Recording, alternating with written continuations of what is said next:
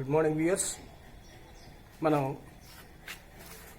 నిన్న టెన్సెస్ చెప్పుకున్నాం. ఆ టెన్సెస్లో భాగంగా టెన్సెస్ యొక్క ఫార్ములాస్ చెప్పుకున్నాం. అందులో భాగంగా ఫస్ట్ ప్రజెంట్ సింపుల్ టెన్స్ని మనం ఈరోజు ఎక్స్ప్లెయిన్ చేసుకుంటున్నాం. ప్రజెంట్ సింపుల్ టెన్స్ వేటికి వాడతామంటే డైలీ యాక్షన్స్.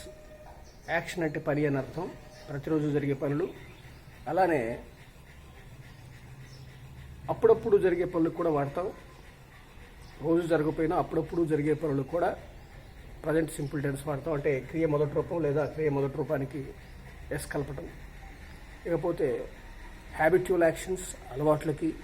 అలానే యూనివర్సల్ ట్రూత్స్ అంటాం. అంటే ఏంటి? Sun rises in the east, sun sets in the west, ఈ టైప్లో. Earth revolves around the sun, ఇట్లాంటి సెంటెన్సెస్. సరే, ఇకపోతే మనం నిన్న చెప్పుకున్నటువంటి V1 V1 plus S formula చూడండి. ఐ వస్తే V1 వాడాలి, హీ షీ డ్రామా వస్తే V1 ప్లస్ ఎస్ వాడాలి. మరి ఇదేంటి చూద్దాం. ఇక్కడ she wakes up, example sentences చూడండి. She wakes up early in the morning. ఆమె ఉదయాన్నే లేస్తుంది. వేక్స్ అప్ ఎప్పుడు లేస్తుందండి? డైలీ యాక్షన్ కదా. V1 plus yes, V1 plus yes అన్న V1 అన్న డైలీ యాక్షన్ అని చెప్పుకున్నాం. సో ఇక్కడ చూడండి, she wakes up early in the morning. ఆమె ఉదయాన్నే లేస్తుంది. So wakes up V1 plus yes, V1 plus yes. ఈ V1 ప్లస్ ఎస్ దేంతో సమానం? డస్ ప్లస్ V1తో సమానం. ఇప్పుడు దీన్ని స్టేట్మెంట్కి వాడతాం. ఐదే వచ్చినప్పుడు V1 అని స్టేట్మెంట్కి వాడతాం. అలానే హీ షీ డ్రామా వచ్చినప్పుడు V1 ప్లస్ ఎస్ని స్టేట్మెంట్కి వాడతాం. దీన్ని దేనికి వాడతాం? క్వశ్చన్కి వాడతాం, నెగిటివ్ సెంటెన్స్కి వాడతాం. ఇది కూడా అంతే, క్వశ్చన్కి నెగిటివ్ సెంటెన్స్కి. ఇప్పుడు ఇక్కడ చూడండి, she wakes up early in the morning. Wakes up అనే దాన్ని డస్ వేక్ అంటే ఇక్కడ చెప్పుకున్నాం కదా. అంటే V1 ప్లస్ ఎస్ దేంతో సమానం? డస్ ప్లస్ V1తో సమానం. So she does wake up early in the morning. అంటే wakes up, does wake up early in the morning, ఈ రెండు ఒకటే. అయితే మరి డస్ వేకప్ అనొచ్చుగా, she does wake up early in the morning అనొచ్చుగా? అనకూడదు. ఎందుకు అనకూడదు? డస్ ప్లస్ V1 ఎప్పుడు వాడతాము అంటే క్వశ్చన్స్కి నెగిటివ్కి మాత్రమే వాడతాం. డూ ప్లస్ V1 దేనికి వాడతాం అంటే క్వశ్చన్స్కి నెగిటివ్స్కి మాత్రమే వాడతాం. అంటే చూడండి, ఇక్కడ ఇది కానీ ఈ రెండు కూడా క్వశ్చన్స్కి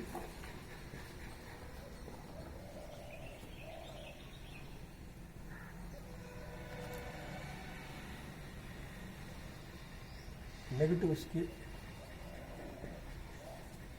అలానే ఎంఫసిస్,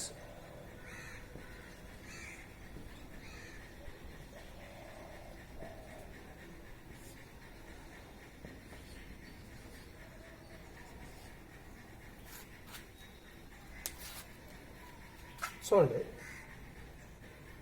డూ ప్లస్ V1 కానీ డస్ ప్లస్ V1 కానీ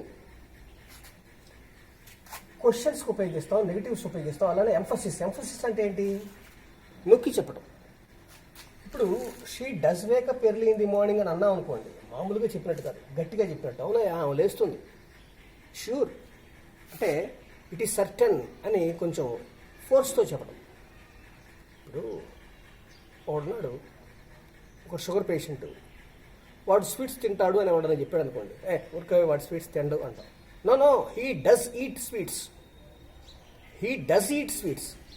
మామూలుగా హీ ఈట్స్ స్వీట్స్ అన్నాడు, వీడినలా, ఎదుటివాడు నమ్మలా.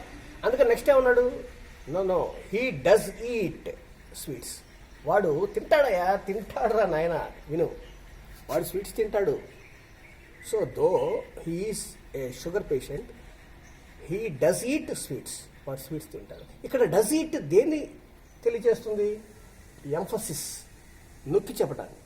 మామూలుగా హీ ఈట్స్ స్వీట్స్ అంటే అతను స్వీట్స్ తింటాడు అని.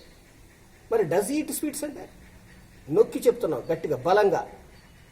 అది ఫోర్స్తో చెప్పినట్టు అనమాట. కాబట్టి ఇది అర్థం ఒకటే అంటే ఒకటి కాదు. ఇది మామూలుగా చెప్పినట్టు, ఇదే ఎంఫసైజ్ చేయటం అంటే నొక్కి చెప్పడం. సో అయితే బేసిక్గా దేనికి వాడతాం ఈ డస్ ప్లస్ V1 అంటే? చూడండి, ఈ డస్ని తీసుకెళ్ళి ముందు పెట్టామనుకోండి, does she wake up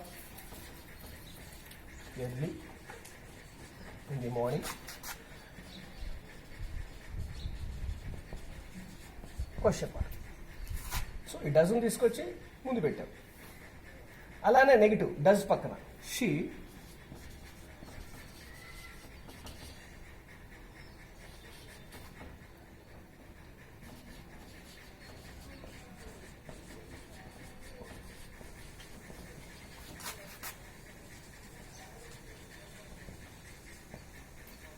does not wake up. Does Wake మధ్యలో నాకు పెట్టారు. సో మీకు అర్థమవుతుందా? అంటే దీన్ని క్వశ్చన్స్కి నెగిటివ్స్కి వాడతాం, లేదా ఎంఫసైజ్ చేయడానికి. ఎంఫసిస్ అంటే నౌను, ఎంఫసైజ్ అంటే వెర్బ్. అర్థం చేసుకోండి. సో ఇక్కడ ఇది సెంటెన్స్. అంటే she wakes up early in the morning. Okay, she does wake up early in the morning అంటే గట్టిగా ఫోర్స్ చేసి చెప్పడం, గట్టిగా చెప్పడం, బల్ల గుద్ది చెప్పడం అంటారు చూసారా అది. అలాగే ఈ డజన్ తీసుకెళ్ళి ముందు పెడితే does she wake up early in the morning అంటే ఆమె ఉదయం నిద్ర లేస్తుందా పెందలాడే. She does not wake up early in the morning అంటే ఆమె లేవదు. అలానే దీనికి ఈ డజంట్ తీసుకెళ్ళి ముందు పెట్టామనుకోండి, doesn't she wake up early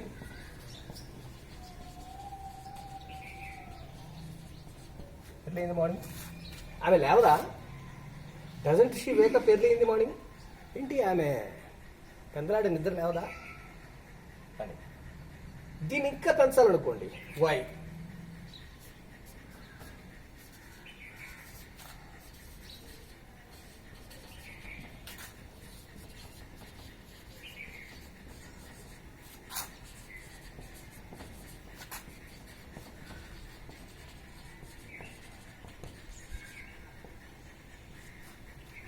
so మీకు అర్థమవుతుందా? Why doesn't she wake up early in the morning అంటే నెగిటివ్. మరి పాజిటివ్లో ఇక్కడ కూడా why does she wake up early in the morning, ఇక్కడ వై పెట్టుకోవాలంటే why does she wake up early in the morning, ఎందుకు లేస్తుంది ఉదయాన్నే. సో మనం ఇలా సెంటెన్సెస్ మనం కాయిన్ చేసుకోవచ్చు ఇలా. చూడండి ఇక ఇక్కడ చూడండి ఒక sentence. Rama goes to college by bus. Rama goes to college by bus. Goes. మనం ఏం చేయాలి దీన్ని? గోస్ అంటే V1 plus S. Rama does go to college by bus.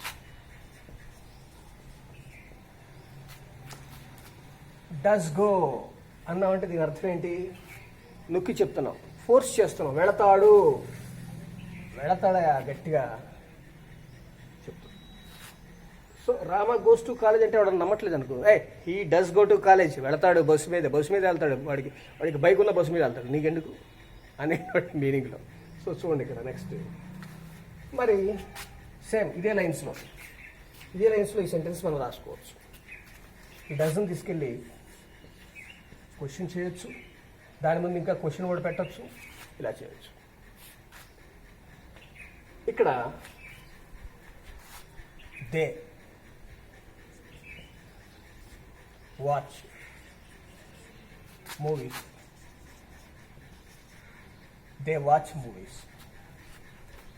వాళ్ళు సినిమాలు చూస్తారు.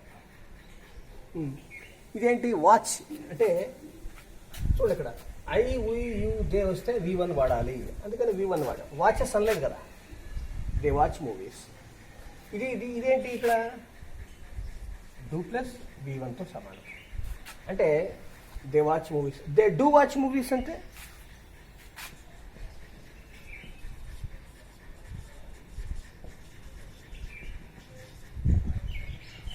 ఫోర్స్ చేసి చెప్పడం, ఎంఫసైజ్ చేయటం, నొక్కి చెప్పడం, గట్టిగా చెప్తారు, బలంగా చూస్తారు, వాళ్ళు సినిమాలు చూస్తారు అని గట్టిగా చెప్తారు. అంటే ఎదుటోడు నమ్మట్లేదు అనుకోండి, చూస్తారు, వాళ్ళు సినిమాలు చూస్తారు అని గట్టిగా చెప్పడం. అర్థమైందా? ఇదేమో న్యాచురల్గా నార్మల్గా చెప్పటం, ఇదేమో ఫోర్స్ చేసి చెప్పడం, ఫోర్స్ అన్నమాట. ఇక దీన్ని క్వశ్చన్ చేయాలంటే వాచ్ ఉందనుకోండి, క్వశ్చన్ చేయాలంటే డూ ప్లస్ V1 తీసుకొస్తాం. డూ దే వాచ్ మూవీస్, వాళ్ళు సినిమాలు చూస్తారా? క్వశ్చన్ దీని ముందు పెడతాం. క్వశ్చన్ కావాలంటే మళ్ళీ దీని ముందు క్వశ్చన్ వర్డ్ కావాలనుకోండి, why do they watch movies అయిపోయింది. అలానే వాళ్ళు చూడరు, they don't watch movies. They do not, ఈ డు నాట్ అనొచ్చు లేదా డోంట్. డు నాట్ అనే మాటకి కాంట్రాక్షన్. కాంట్రాక్షన్ అంటే ఏంటి? ఆ యొక్క వర్డ్ని కుదించి రాయటం. ఈ నాట్ని ఎన్టీ పెడతాం. అంటే డు నాట్ కాస్త డు నాట్కి కాంట్రాక్షన్ ఏంటి అంటే డోంట్. సో దే డోంట్ లేక they do not watch movies. Question చేయాలంటే దీన్ని చెప్పాను. ఇక్కడ రెండు రకాలు. ఇక్కడ ఈ డూ ఒక్కటి తీసుకురావటం ముందుకి, అంటే do they not watch, do not. ఇది ఒక రకమైన ప్రశ్న. అంటే డూ తీసుకొచ్చి నాట్ అక్కడే వదిలేయటం, నాట్ అనేటువంటి యాడ్వర్బ్ని అక్కడే వదిలేయటం. అలా కాకుండా మనం కాంట్రాక్షన్ చేసి దీని డు నాట్ని ఇట్లా కాంట్రాక్ట్ చేసామనుకోండి, అంటే కుదించి రాసామనుకోండి, ఇట్లా don't they watch movies don't. అంటే డూ నాట్ని కలిపేసి డైరెక్ట్గా ఇక్కడ తీసుకొచ్చేసాం. ఇది రెండు కరెక్టే, ఇది కరెక్టే, ఇది కరెక్టే. డోంట్ దే వాచ్ మూవీస్ అదవుతుంది. ఇంకోటి చూద్దాం, ఇంకో sentence. I we you they he she it Rama. ఇప్పుడు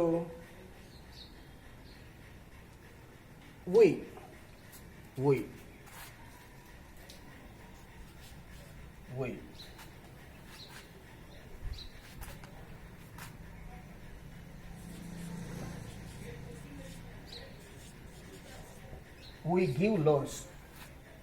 మేము లోన్స్ ఇస్తాము, మేము రుణాలు ఇస్తాము అని బ్యాంక్ ముందు బోర్డు ఉంది. we give loans, మేము రుణాలు ఇస్తాము. we give loans on gold, బంగారం మీద మేము రుణాలు ఇస్తాము.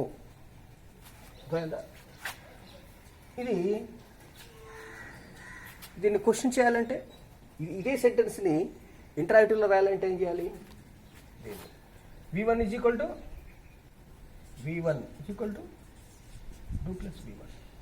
So do we give loans, మేము లోన్స్ ఇస్తామా? డూ వి గివ్ లోన్స్, మేము లోన్స్ ఇస్తామా? ఎప్పుడు ఇస్తాం?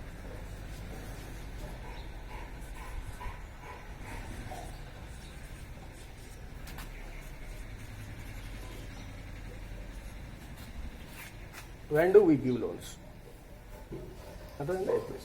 మనం అంటే మనం ప్రశ్న వేసుకోవటం. అలా కాకుండా వాళ్ళు అలా బోర్డు పెట్టారు అనుకోండి, వీ గివ్ లోన్స్ అని. వాళ్ళు ఇస్తారా లోన్స్ అని మనం అడగాం అనుకోండి, do they give loans? Do they give loans on gold? Do they give loan on gold? వాళ్ళు గోల్డ్ మీద లోన్ ఇస్తారా? సో అట్లా. సో ఇక్కడ మీరు గుర్తుపెట్టుకోవాల్సిన అంశం ఏంటంటే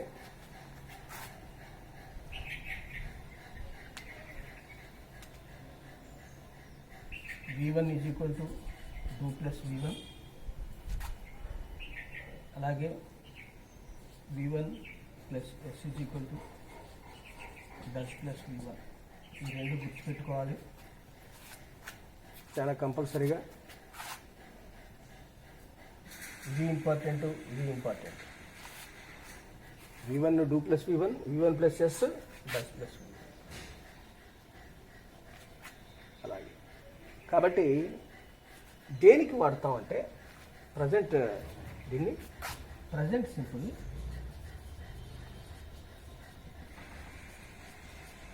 దేనికి వాడతాం అంటే daily action,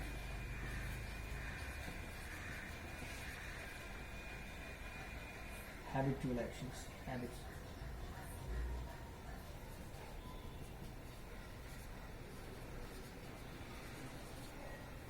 daily actions, habitual actions.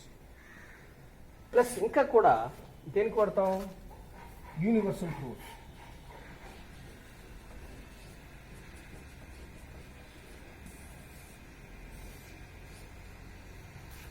Universal truths కూడా వాడతాం. దేనికి వాడతామండి? ఇది 1, ఇది 2, ఇది 3. Present simple tense, daily actions, habitual actions, universal truths. అదే ప్రజెంట్ సింపుల్ టెన్స్ దేనికి వాడతాం? డైలీ యాక్షన్స్ అంటే చూడండి, present simple daily actions, habitual actions and universal truths. Universal truths అంటే ఏంటి? నిత్య సత్యాలు, ప్రతిరోజు జరిగే విషయాలు. ఇందాకే చెప్పుకున్నాం. Sun rises in the east, సూర్యుడు తూర్పున ఉదయిస్తాడు. Sun sets in the west, సూర్యుడు పడమర అస్తమిస్తాడు. అర్థమైందా? అలానే హీ టెల్స్ లైస్ అంటే వాడు అబద్ధాలే చెప్తాడు, అసలు వాడి జన్మలో నిజం చెప్పడు అని అర్థం. అర్థమైందా? Thank you.